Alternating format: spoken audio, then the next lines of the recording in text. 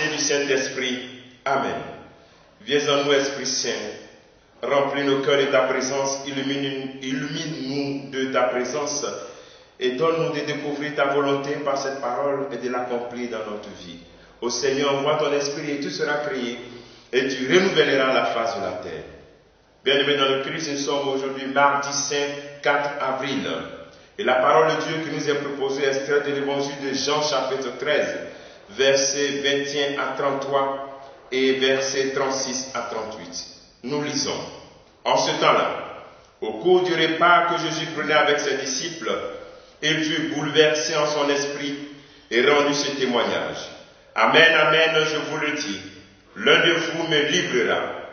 Les disciples se regardaient l'un les uns les autres avec embarras, ne sachant pas de qui Jésus parlait. Il y avait à table, appuyé contre Jésus, l'un de ses disciples, celui que Jésus aimait. Simon-Pierre lui fit signe de demander à Jésus de qui il veut parler.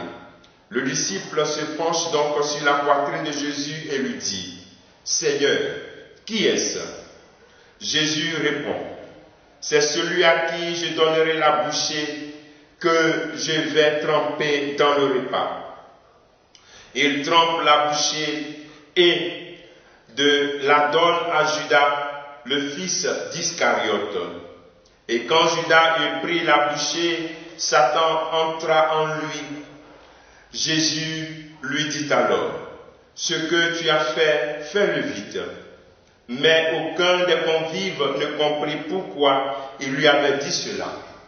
Comme Judas tenait la bourse commune, certains pensèrent que Jésus voulait lui dire d'acheter ce qu'il fallait pour la fête, ou de donner quelque chose aux pauvres.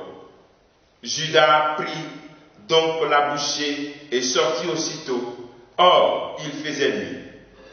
Quand il fut sorti, Jésus déclara, « Maintenant le Fils de l'homme est glorifié, et Dieu est glorifié en lui. Si Dieu est glorifié en lui, Dieu aussi le glorifiera, et il le glorifiera bientôt.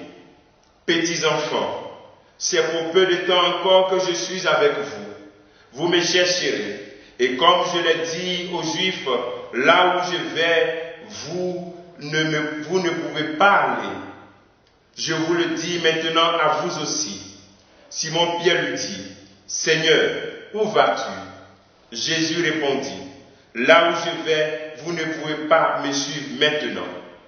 Tu me suivras plus tard. » Pierre lui dit, « Seigneur, pourquoi ne puis-je pas te suivre à présent?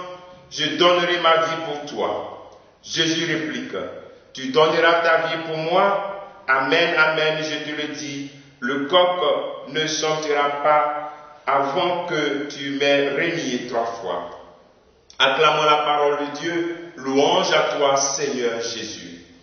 Bien-aimés dans le Christ, dans cette semaine 7, semaine de silence et de recueillement, voici que nous devons penser à nos reniements. Cette parole de Dieu nous invite à penser à nos reniements. Nous voyons la trahison ici annoncée, en action et puis annoncée. Pour Judas, et cette trahison en action, pendant que pour Pierre, cette trahison est annoncée. Voilà. Aujourd'hui, chacun d'entre nous doit penser, qu'est-ce qui se passe en Jésus-Christ lorsque moi qui suis un de ses proches, son frère, moi je suis un enfant de Dieu, qu'est-ce qui se passe chaque fois que je pêche? Jésus est bouleversé en lui-même. Ce bouleversement dont parle l'évangile, c'est l'expression, c'est l'état du Christ chaque fois que nous péchons. La laideur du péché, l'effet que cela fait en Jésus-Christ, c'est ce que cet évangile nous présente, ce bouleversement. En fait, il ne s'agit pas, nous sommes en train de mettre l'accent sur cela, que chacun d'entre nous pense à l'effet du péché dans la vie de Jésus-Christ. Il est bouleversé. C'est comme une trahison. Une trahison, et puis il a dit, je donnerai ma vie pour toi, mais après voilà, il a trahi. En fait, la question ici, c'est tout simplement de comprendre que cette laideur du péché doit me pousser donc à rechercher cette fidélité, à être plus attentif, parce que Jésus-Christ est toujours prêt à nous pardonner. Et aussi, la laideur du péché est présenté par aussi la bouffée que le Christ donne à Judas. On va penser que c'est Jésus qui donne Satan. Non, ça exprime un peu le combat spirituel. C'est-à-dire, il donne cette bouffée-là, qui n'est rien d'autre que l'expression de son amour. Dieu nous donne son amour. Mais pourtant, nous rejetons cet amour-là. Alors donc, Judas ici, dans cette situation, a rejeté l'amour et a accepté cette présence du diable.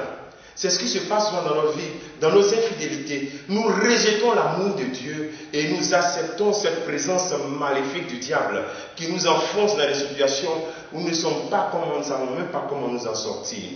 Alors ce jour, essaie de contempler cette laideur du péché qui crée le bouleversement de Jésus-Christ. Comme à toi aussi, Jésus te donne cette bouffée pour te montrer qu'il t'aime. Alors donc, sachant qu'il t'aime, accepte cet amour-là. Ne dis pas non à cet amour pour laisser la trahison prendre le dessus. Combien de temps doit passer ma vie à trahir constamment Jésus? Il est bouleversé en lui-même. La souffrance d'un ami que je suis, que tu es, qui chaque fois dit oui et n'arrive pas à respecter le oui, qui ne croit même plus en sa vocation de marié, en sa vocation de prêtre, en sa vocation d'épouse. Or pourtant, j'ai dit oui au Seigneur. Alors, aujourd'hui, le Seigneur t'invite donc à laisser son amour prendre le contrôle. Et non, cette présence maléfique prend le contrôle.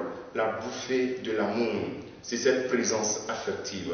Que le Seigneur nous donne de comprendre cette laideur du péché et nous donner de ne pas créer en Jésus-Christ ce bouleversement. L'action que tu pourrais faire en ce jour, c'est de réfléchir un peu, depuis que tu es chrétien, réfléchis un peu à ta vie chrétienne, au reniement que tu as posé, ces bouleversements, et demande pardon.